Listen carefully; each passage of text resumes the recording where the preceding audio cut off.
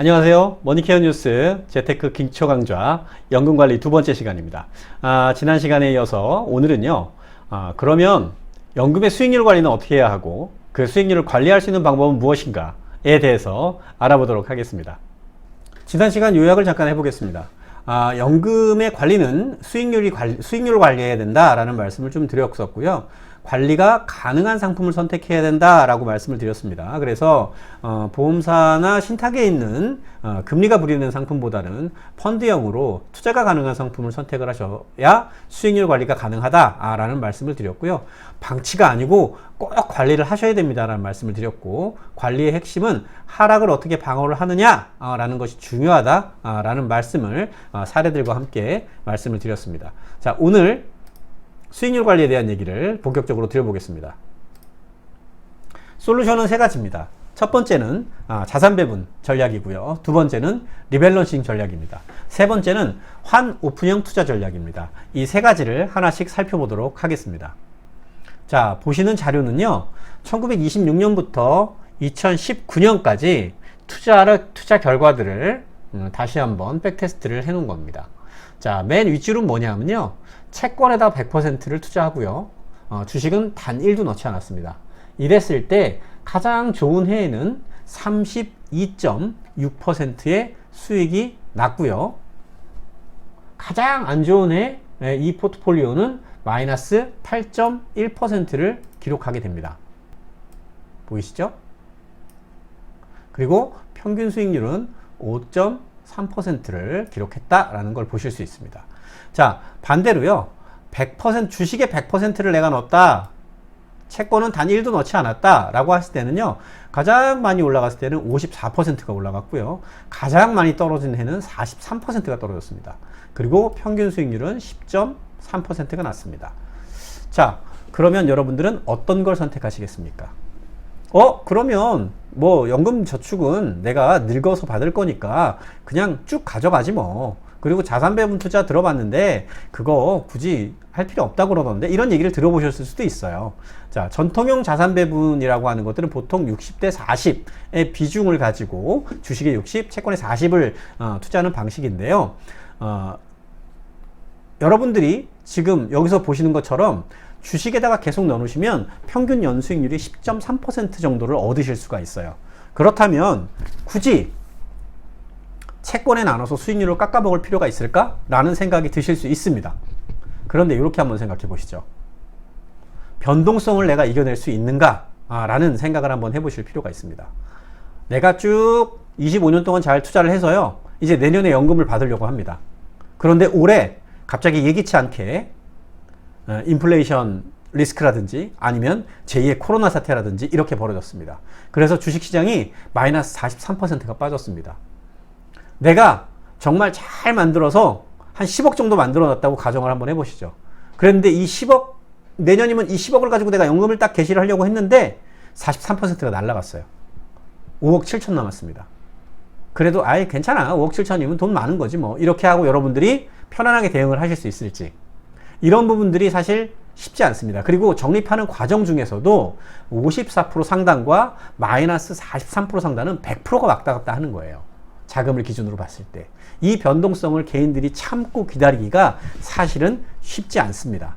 그렇기 때문에 자산을 배분을 해서 해야 된다는 말씀을 드렸고요. 6대4 포트폴리오는 마이너스 26%부터 플러스 37%까지, 그리고 많게는 연평균으로는 8.8%까지 납니다.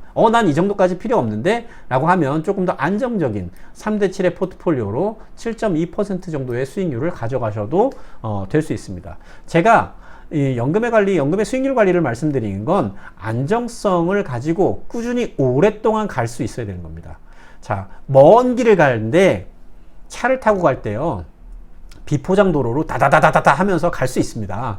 그런데 그거를 2시간, 3시간은 못 갑니다. 잠깐은 재밌지만요. 연금은 그런데 굉장히 오랫동안 가야 되는 자산이기 때문에 아스팔트를 깔고 편안하게 가야지 이런 것들을 우리가 끝까지 열매를 딸 수 있습니다. 자, 이번엔 리밸런싱에 관련된 얘기입니다. 이거는요, 주식을 80%, 그리고 채권을 20%를 넣고 리밸런싱을 했을 때 어떤 결과치를 가지고 왔느냐입니다. 우선 리밸런싱이 무엇인가에 대한 말씀을 좀 드리겠습니다. 채권에 50만 원, 주식에 50만 원을 반반 해서 투자를 했습니다. 그런데 시간이 지나니까 주식이 60이 되고 채권은 그대로 있습니다. 그러면 50대 60이 됐습니다. 1대1의 밸런스가 깨져서 주식에서 5만큼을 팔아서 채권을 다시 5를 삽니다. 그러면 55대 55가 될 겁니다. 이걸 리밸런싱 작업이라고 합니다. 주식을 통해서 우리가 수익을 얻는 건 아주 간단합니다. 쌀 때 사서 높을 때 파는 거죠. 하지만 우리는 어디가 저점인지 어디가 최고점이 될지 사실 알 수가 없습니다. 그렇기 때문에 정기적으로 높아진 자산들의 일부를 매각해서 낮아진 자산을 일부 구매해서 차후에 상승하는 수익률들을 우리가 취하겠다는 게 리밸런싱 전략입니다. 자산은 계속해서 등락을 반복하고 순환을 거듭합니다. 그런 것들이 이 리밸런싱 전략들을 통해서 조금 더 안정화된 방법으로 우리가 수익을 얻을 수 있게 되는 겁니다. 리밸런싱 전략 또한 이렇게 얘기하십니다. 그거 괜히 리밸런싱 많이 하면 수수료만 많이 들어가서 수수료 깎아먹어 라고 얘기하시는 것도 있습니다. 맞는 얘기일 수도 있습니다. 그래서 너무 잦은 리밸런싱은 권해드리지 않고요. 하지만 리밸런싱이 수수료를 좀 깎아먹는 부분들을 수수료를 통해서 수익률을 좀 깎아먹는 경우가 있지만 실질적으로 리스크도 많이 깎아준다 라는 것도 꼭 기억을 해 주셨으면 좋겠습니다. 자, 다음에는요, 달러 관련된 얘기를 좀 드려볼까 합니다. 환 오픈형 투자를 하시는 게 좋다라는 말씀을 좀 드렸는데요. 자, 이게 2005년부터 2015년까지 환율 데이터입니다. 위에가 원달러고요, 밑에가 코스피입니다. 2008년 금융위기 있을 때 달러가 환율이 엄청 올랐습니다. 그때 우리 코스피가 어떻게 되고 있는지 보이시나요? 엄청 빠졌죠.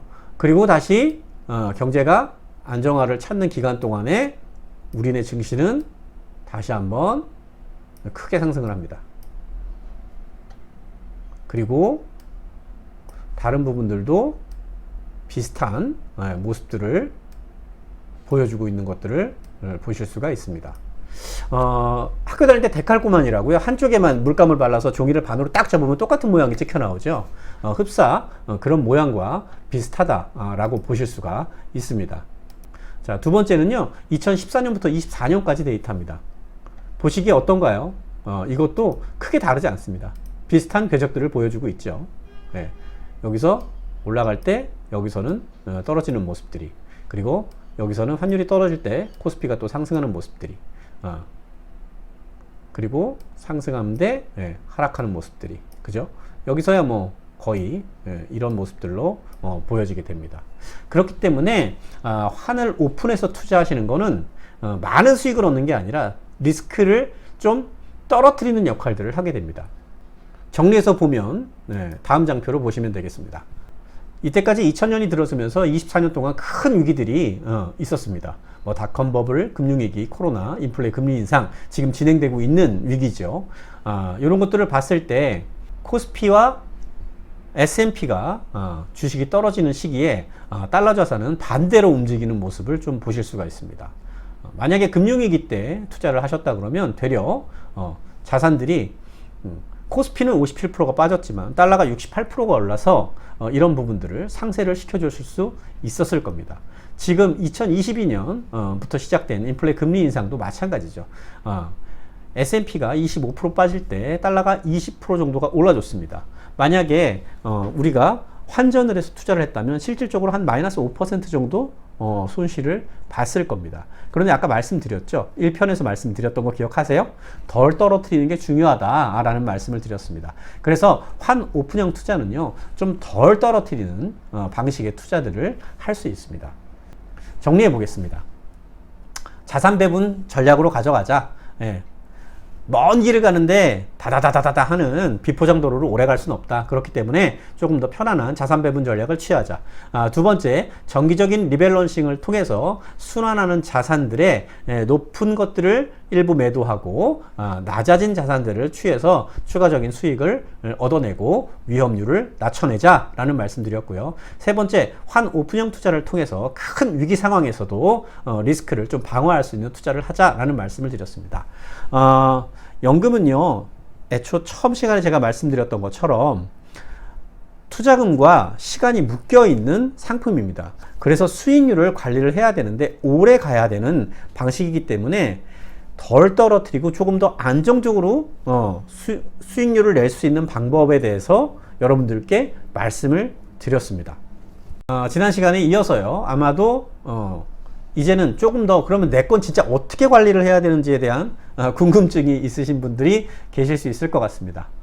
보이시는 카카오톡 오프 채팅방 머니케어 뉴스 재테크 강좌를 검색하시거나 평일 업무 시간 기준으로 제가 답변을 드릴 수 있고 시간이 허락하는 시간에 한해서 여러분들께 답변을 드리도록 하겠습니다.